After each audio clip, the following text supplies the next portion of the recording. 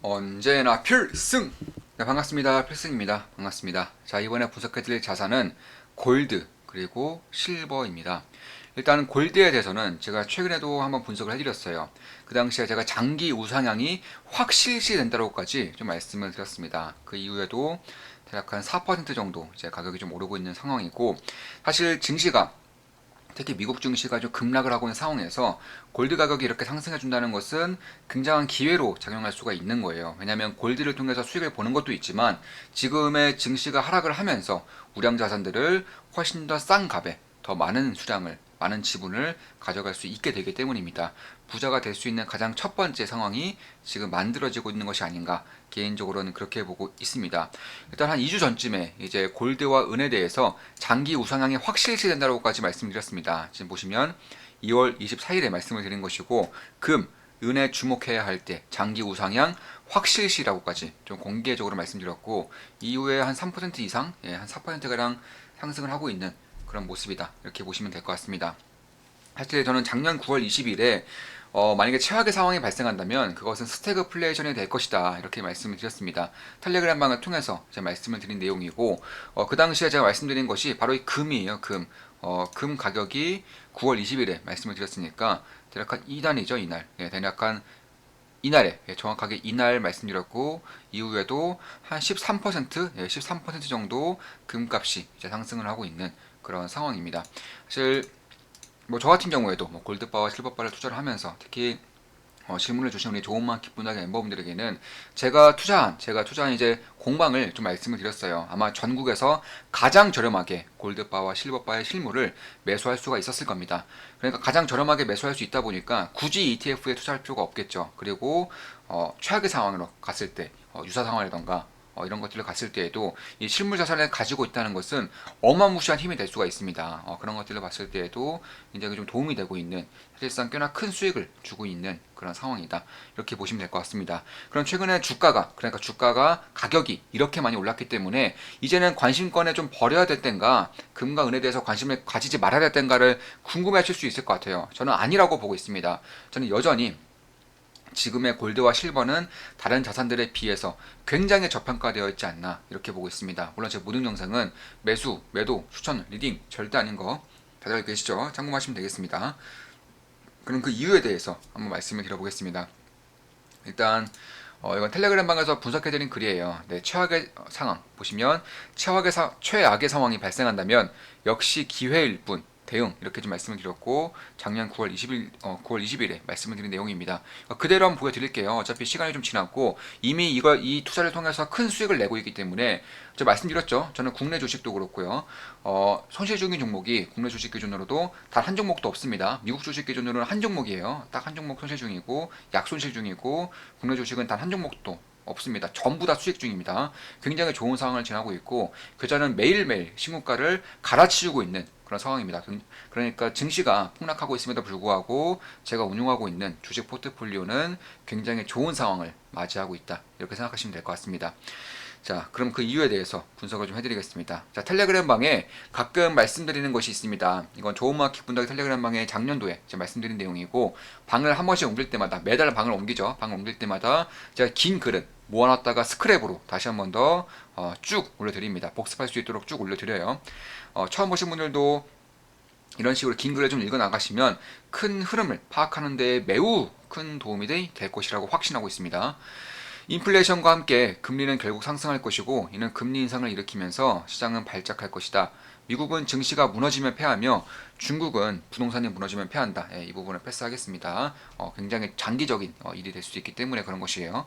작년 하반기부터 시작된 지독한 물가 상승을 두고 연준은 계속해서 일시적 인플레이션이라고 말하고 있습니다. 작년 9월 기준입니다.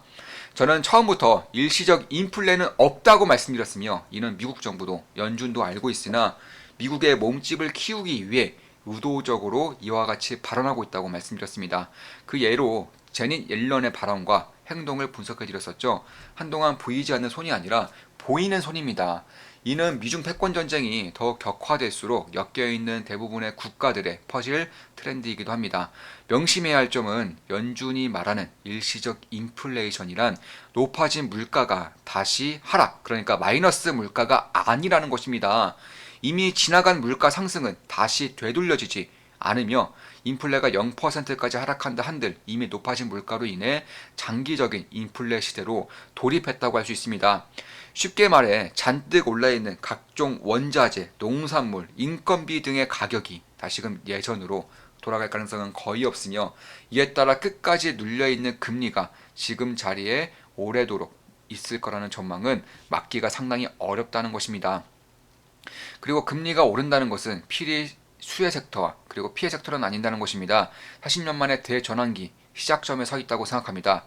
시간이 길수록 연준이 강조하는 일시적 인플레 주장은 깨지기 십상이며 일시적 인플레 논지가 깨진다는 것은 인플레이션 시대로의 진입이 온 세상에 알려지는 것과 일맥상통합니다.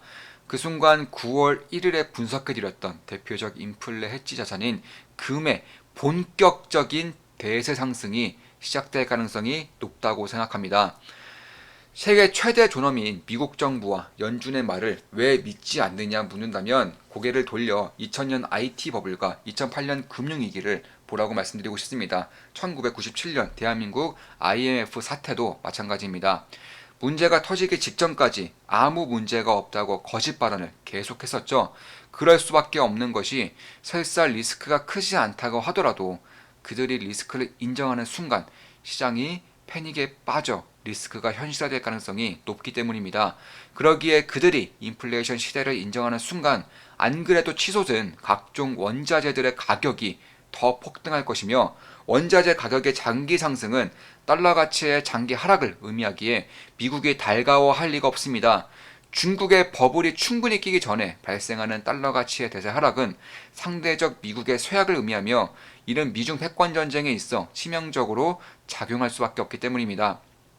어느 한 면만 보고 시대 흐름을 파악하기엔 세상이 너무 복잡해졌습니다. 지금의 상황을 더 제대로 보기 위해선 PPI, CPI로 대표되는 내수뿐만 아니라 수입, 수출 물가지수도 같이 봐야 합니다. 허나 온 세상이 생산자 물가지수와 소비자 물가지수에 빠져 미국 수입, 수출 물가지수를 보지 않고 있죠. 이때 정답은 CPI와 PPI뿐만 아니라 미국의 수입, 수출 물가지수까지 같이 봤어야 합니다. 이는 과거, 현재, 미래가 아닌 과거와 현재만 보고 판단하는 것과 크게 다르지 않습니다. 미국의 수입 물가지수는 전년 대비 약 10% 상승하였고 수출 물가지수는 전년 대비 약 12% 상승하였습니다. 수출 물가지수가 더 높기 때문에 미국의 경상수지가 상승하여 경기에 좋다고 볼 수 있으나 실상은 더욱 나빠지고 있습니다. 근본적으로 미국은 수출하는 양보다 수입하는 양이 월등히 많기 때문입니다.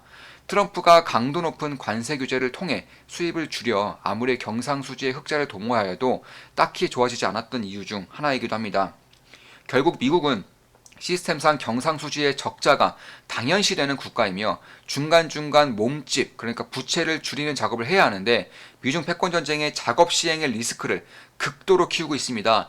멈출 수 없다면 계속 가야 하고 미, 중 둘 중 누가 하나가 무너질 때까지 자금의 흐름을 멈추기가 매우 어려운 상황에 직면한 것입니다. 앞으로 인플레가 유지되거나 더 상승할 경우 사이클의 마무리 시점에 미국 경제 혹은 전 세계 경제가 얼마나 위태로울지 상상조차 안 될 정도입니다. 이러한 장기적 흐름 속에 단기적으로 발생할 수 있는 최악의 현상은 스태그플레이션입니다. 스태그플레이션이란 물가는 상승하는데 소비가 살지 않아 경기가 더욱 악화되는 흐름을 뜻합니다. 짚고 넘어가야 할 것이 있는데 최악의 상황이 반드시 발생할 것이라고 말씀드리는 것이 아닙니다. 말 그대로 최악의 상황일 뿐이며 설사 최악으로 치닫더라도 큰 걱정을 할 필요가 없다는 점을 말씀드리는 것입니다. 스태그플레이션 가능성이 조금씩이나마 올라오고 있기에 투자자라면 염두에 둬야 한다고 판단하여 분석해드립니다. 5년 기대 인플레이션이 지속적으로 상승하여 3%로 올라온 것과 달리 미국의 소비자 심리지수는 86에서 71로 2021년 하반기 들어 급격하게 하락하고 있습니다. 물가가 이렇게 상승한 가운데 코로나 변이 그리고 대규모 인프라 투자 지연 등의 이유로 경기가 기대만큼 살아나지 않고 있는 것입니다. 결론부터 말씀드리겠습니다. 기회가 될 뿐입니다. 대규모 인프라 투자 앞에는 불경기는 고양이 앞에 쥐처럼 매우 약해집니다. 최악의 상황, 스태그플레이션을 단기적 이슈로 보는 이슈 중 하나이기도 때문입니다. 그렇다 한들 스태그플레이션이 현실화될 가능성이 자산 가격은 매우 빠른 속도로 폭락할 수 있으며 이를 피할 수 있다면 반드시 피해야 합니다. 잘 활용하여 바닥 부근에서 적극적으로 투자할 경우 자산의 퀀텀 점프를 빠르게 이룰 수 있을 것입니다. 스태그플레이션의 발생은 충분히 예측하고 있기에 기회가 될 뿐입니다. 실제로 저는 지금의 스태그플레이션 발생 가능성으로 인해서 증시가 폭락하는 것을 절호의 기회로 삼았고 수익을 꾸준히 늘려가고 있습니다. 이럴 경우 텔레그램방에 말씀드렸다시피 핵심 원자재 및 관련 기업들 그리고 정부가 대놓고 밀어주는 산업의 핵심 기업에 투자하면 될 것입니다. 현실화될 경우 대부분의 자산들은 단기적으로, 그러니까 부동산, 주식, 채권은 단기적으로 크게 흔들릴 것이기 때문입니다. 대표적으로 금을 예로 들어보겠습니다. 최근 100년간 제대로 된 스태그플레이션은 1970년대에 딱 한 번 발생하였습니다. 이는 연준의 대세금리 인상 시기와 일치하는데 물가가 말도 안 되게 폭등하니 경기가 안 좋음에도 울며 겨자 먹기로 금리를 지속적으로 인상한 것입니다. 70년대 물가 상승에 대응하기 위해 연준은 2년 뒤인 1972년부터 1975년까지 금리를 2.5%에서 12.5%까지 폭발적으로 인상하였으나 물가는 이보다 더 폭등하였고 인플레 해치 자산인 금은 5년간 약 5.5배의 가격 상승을 기록하였습니다. 이후 물가가 서서히 잡혔고 연준은 망가져버린 경기를 살리기 위해 1975년부터 1977년까지 금리를 12.5%에서 5%까지 인하였습니다. 그러자 기다렸다는 듯이 물가는 다시 뛰었고 연준은 1977년부터 1981년까지 금리를 5%에서 20%까지 폭발적으로 인상하여 겨우 물가를 잡아섰습니다. 금리가 인상되는 순간에도 금 가격은 인플레이션과 함께 상승하여 약 4년 만에 약 8.7배 상승하였습니다. 금 가격이 1970년 저점 대비 약 24배 상승한 뒤에야 인플레이션이 잡힌 것입니다. 금 가격은 24배 상승할 때 동안 지수는 중간중간 반토막 이상 난 적도 많습니다. 지수가 반토막 날 때 금 가격은 24배가 상승한 거예요. 엄청난 기회가 아닐 수가 없겠죠. 금분위제를 폐지한 영향을 감안하더라도 리얼 자산으로 알려진 금이 이러한 변동성을 보였다는 것 자체만으로도 폭발적인 가격 상승인 것은 부정할 수 없습니다. 참고로 같은 기간 S&P 500 지수는 50% 폭락, 반등 20% 하락을 반복하였습니다. 이렇듯 인플레이션이 본격적으로 발생하고 시장이 이를 인지하는 순간 금리가 빠르게 상승 혹은 인상하더라도 핵심 자산들의 가격은 이보다 더 빠르게 상승하는 상황이 발생합니다. 지금이 딱 그렇죠. 제가 투자하고 있는 기업들, 자산들은 더 빠르게 상승하고 있습니다. 인플레든 디플레든 스태그든 그 어떤 시대가 도래하든 자산시장이 얼마나 무너지든 반대로 폭발적인 상승을 보이는 자산은 반드시 있습니다. 그렇기에 어떤 상황에 봉착하든 정확히 예측하고 현명하게 대응한다면 10중 8구 기회로 작용합니다. 저는 최악의 단기적 상황을 스태그플레이션으로 보고 있으며 설사 현실화된다 한들 딱히 걱정할 필요는 없다고 생각합니다. 필승! 네, 이렇게 남겨드렸고 보시면 한 달에 한 번 정도 꾸준히 이렇게 긴 글을 적어드리고 있어요. 긴 글을 통해서 분석해드리고 있고 이 긴 글을 본다면 지금 시대에서 이루어지고 있는 큰 흐름을 아주 정확하게 명확하게 파악할 수 있을 것이라고 저는 생각하고 있습니다. 정말 큰 도움이 되는 거죠. 큰 흐름을 알고 있는 것과 모르고 있는 것은 투자에 있어서 투자의 성과에 있어서 큰 차이가 날 수밖에 없다는 점은 누구나 알고 계실 거라고 보고 있습니다. 자, 주식 투자는 돈을 벌기 위해 하는 것입니다. 버티기 위해 주식 투자하는 것이 아니죠. 버티기 위해 투자하는 것이 아닙니다. 주객 전도를 항상 경계해야 합니다. 주식은 목적이 아니라 돈을 벌기 위한 수단일 뿐이니까요. 자, 이것으로 방송 마치겠습니다. 다들 아시죠? 제 모든 영상은 매수, 매도, 추천, 리딩 절대 아닙니다. 다들 참고하시면 되겠습니다. 자, 지금까지 금과 은 그리고 스태그플레이션에 대해서 분석을 해드렸습니다. 앞으로도 좋은 분석, 좋은 기업 분석으로 찾아뵙겠습니다. 필승이었습니다. 필승!